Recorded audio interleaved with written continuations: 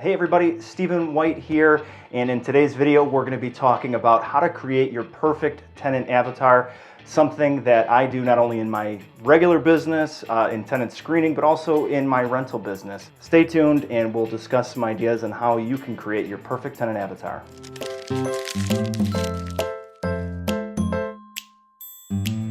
So when you're creating your perfect tenant avatar, what you're doing is you're really creating a persona. You're creating somebody that in your mind is going to be the perfect fit for your property. So it's important that you get pretty specific, okay? You want to make sure that you are looking for how they dress, what type of job they have, what makes them successful at their job, maybe what kind of car they drive. I'm so specific when I'm creating my avatars that I give each of them a name. So I know that for one rental unit, Jimmy is who I'm looking for. For another rental unit, Jenny is who I'm looking for. So you want to be very specific and create this persona of somebody that you really feel is going to be that perfect fit for your property. Now, one of the most interesting parts about creating this perfect tenant avatar is it should now shape and mold all the things that you're doing in your rental business, your marketing, how you're fixing your property up. So let's talk about marketing first. So if you understand who your perfect tenant avatar is, marketing to them is going to be much easier because you already understand who this person is and you're starting to get a visualization of who they are. So you're going to be speaking to them in your listing ads, in your marketing pieces to them. You attract a lot more bears with honey, right? So you want to make sure that you're laying that honey out, you're attracting the right bears to your property.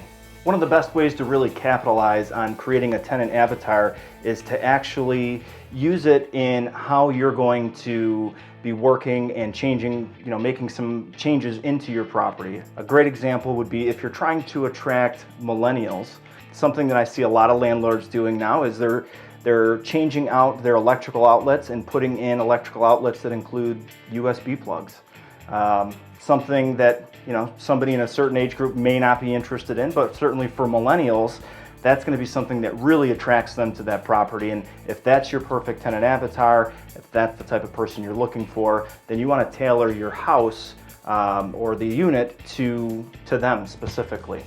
One important thing that I definitely want to mention when you're dealing with a tenant avatar is you really want to make sure that you're being specific in how you're writing your ads and tailoring it to that perfect tenant avatar, but you want to really be careful that you're not using any discriminatory language in those ads as well. So if I'm looking for Jimmy, he's my perfect tenant avatar, what I would never put and wouldn't want to put in that ad is looking for single tenant, no families. That's obviously discriminating against family status. Understand fair housing and what the protected classes are, and make sure that you're not discriminating against any of them.